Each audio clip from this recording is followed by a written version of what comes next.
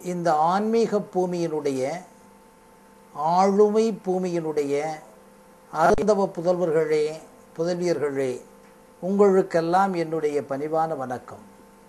அன்பிற்கினியவர்களே, இன்றைக்கு வேதாந்தமும் விஞ்ஞானமும் என்ற தலைப்பின் கீழ் நாம் அகம் பிரம்மாஸ்மி, அதாவது நான் கடவுள் அல்லது நானே கடவுள் என்ற பொருளின் கீழ் நாம் சிலவற்றை பகிர்ந்து கொள்ள இருக்கின்றோம். பிரம்ம ரகசியங்களை புரிந்தவர்கள் பல்வேறு மொழிகளில் நமக்கு பல்வேறு ஆன்மீக சூட்சுமங்களை நமக்கு தெளித்து சென்றிருக்கிறார்கள். இதிலே வேதாந்தத்தினுடைய பல்வேறு சாரங்களாக நாம் கீதையை பார்க்கிறோம். அதே மாதிரி தான் ஆத்மபோதத்தை பார்க்கலாம், அதே மாதிரி தான் தத்துவபோதத்தை பார்க்கலாம். இந்த நூல்களிலே எல்லா நூல்களிலும் எல்லா மெய்ஞான நூலிலும் ஜீவன் முக்தன் என்பதை பற்றி தீர்க்கமாக கூறப்படுகிறது. அகம் பிரம்மாஸ்மி என்ற ஒரு மாபெரும் இரகசிய வார்த்தைக்குள்ளே நாம் ஜீவன் முக்தனுடைய இரகசியங்களை புரிய வேண்டிய கட்டாயம் இருக்கிறது. அப்படிப்பட்ட ஜீவன் முக்தனை பற்றி பல்வேறு இரகசியங்கள் சொல்லப்பட்டாலும் பிரம்மானந்த யுக்தி என்ற ஒரு மெய்ஞான சாரத்திலிருந்து சிலவற்றை நாம் பார்க்கும்போது எப்படி வேதாந்தங்களிலிருந்து விஞ்ஞானபூர்வமாக விளக்கம் சொல்வது பதஞ்சலி யோக சூத்திரமோ, அதை போன்று இன்னும் பல்வேறு நடைமுறை உதாரணங்களோடு பதஞ்சலி யோக சூத்திரத்தில் இன்றைய நடைமுறை உதாரணங்களை பார்க்க முடியாது எளிமையாக. ஆனால் பிரம்மானந்த யுக்தி ரத்னகாரம் என்ற அந்த மெய்ஞான நூலிலே அத்வைதம் பற்றித்தான் பேசுகிறது, தத்துவமசி பற்றி பேசுகிறது, அகம் பிரம்மாஸ்மியை பற்றி பேசுகிறது. ஆனால் எளிமைப்படுத்துகிறது, ஒவ்வொன்றிற்கும் ஒரு இலக்கணம் வகுக்கிறது. இதை நாம் புரிந்து கொள்ள வேண்டிய என்னவென்றால், நாமெல்லாம் நினைக்கின்றோம் ஏதோ ஞானி என்பவன் புதிதாக உருவாக்கப்படுகிறான் என்று. ஆனால் உண்மையிலேயே கருவில் இருக்கும்போதே நீங்கள் அந்த நிலையில்தான் இருக்கிறீர்கள். கருவை விட்டு வெளியே வரும்போது குழந்தையாக வருகிறோமே, அந்த முதல் நிலைதான் ஞான நிலை. என்றால் எதுவுமற்று அந்த குழந்தை வெளியே வருகிறது. மரபணு திறனுடைய தாக்கங்கள் மூளையில் இருந்தாலும் உடம்பிலே இருந்தாலும் கூட அந்த தாயின் கருவிலிருந்து, அதாவது வயிற்றிலிருந்து கருவிலிருந்து வெளியே வரும் அந்த ஒரு வினாடி இருக்கிறதே, அந்த வினாடி தான் அந்த அழுகை கிளம்புவதற்கு முன்னாலும் அந்த அழுத உடனேயும் கூட வைத்துக்கொள்ளலாம்.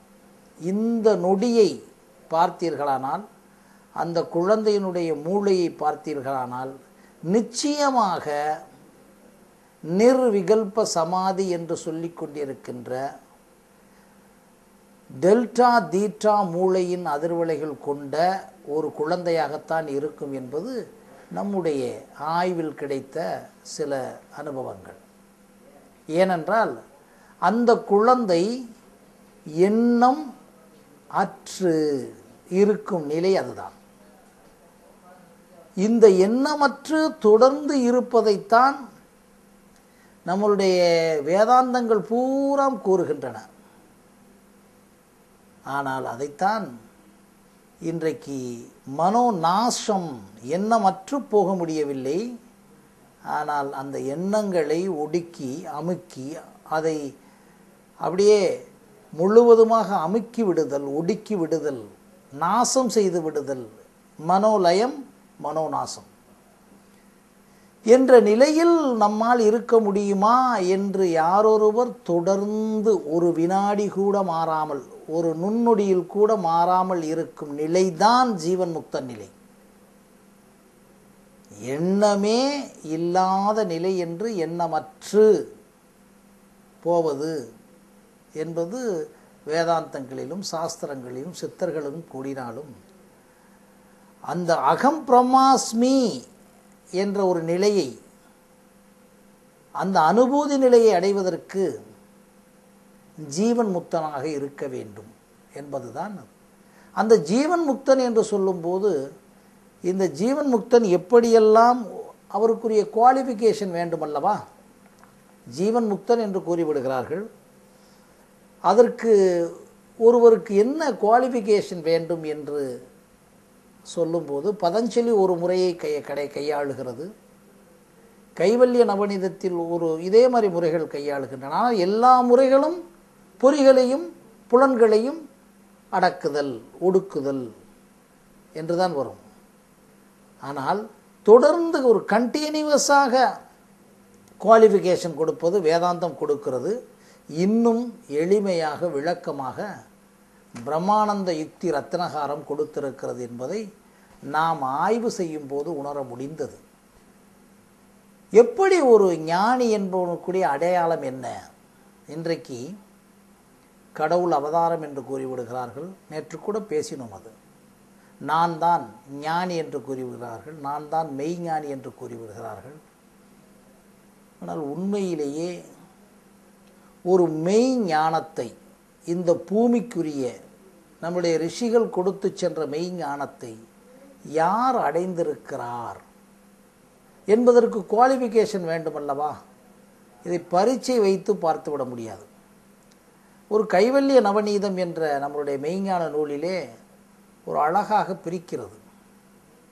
பேத கர்ம பிராரப்தத்தால் நானாவாகும், ஆதலால் அவரவர்கள் விவகாரங்கள் அவரவர்க்கு ஆவாவாகும் என்று சொல்லிவிட்டு, அது ஒரு ஞானிகளுக்கு, ஞானிகள் சாதாரணமாக எல்லா இடத்திலேயும் இருக்கிறார்கள் என்று குறிக்கிறது. அதுதான் அவர் சொல்லுது, பேத கர்ம பிராரப்தத்தால் நானாவாகும், ஆதலால் அவரவர்கள் விவகாரங்கள் அவரவர்க்கு ஆவாவாகும் என்பதோடு நிறுத்தாமல் அவர்கள் எப்படியெல்லாம் இருப்பார்களாம்? மாதவம் செய்யினும் செய்வார், வாணிபம் செய்யினும் செய்வார். எவ்வளவு பெரிய விஷயம் பாருங்க. ஒரு வியாபாரியாக இருந்தாலும் கூட அவன் ஞானியாக இருக்கலாம். அதைத்தான் அவர்கள் கூறுகிறார்கள்.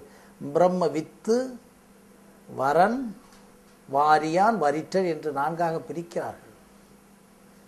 ஒரு குவாலிஃபிகேஷன் வைக்கிறார்கள். நீங்கள் ஞானி என்பவனை, ரிஷி என்பவனை, மெய்ஞானம் அடைந்தவனை, கடவுளின் அவதாரம் ஆக கருதப்படுபவரை இருப்பவர் இப்படி எல்லாவற்றிலும் இருப்பார். பாருங்க, மாதவம் செய்யணும் செய்வார், வாணிபம் செய்யணும் செய்வார். நாம் சாதாரணமாக கணக்கு பண்ண முடியுமா? ஒரு வியாபாரி ஞானியாக இருக்கிறார். ஜனக மகாராஜா தான் இதை நமக்கு நிரூபித்தவர். அவர் ராஜாவாக இருந்து ஞானத்தின் சாரங்களை வாழ்க்கையில் நுகர்ந்து அதில் மூழ்கி அதாக வாழ்ந்தவர்களில் ஒருவராக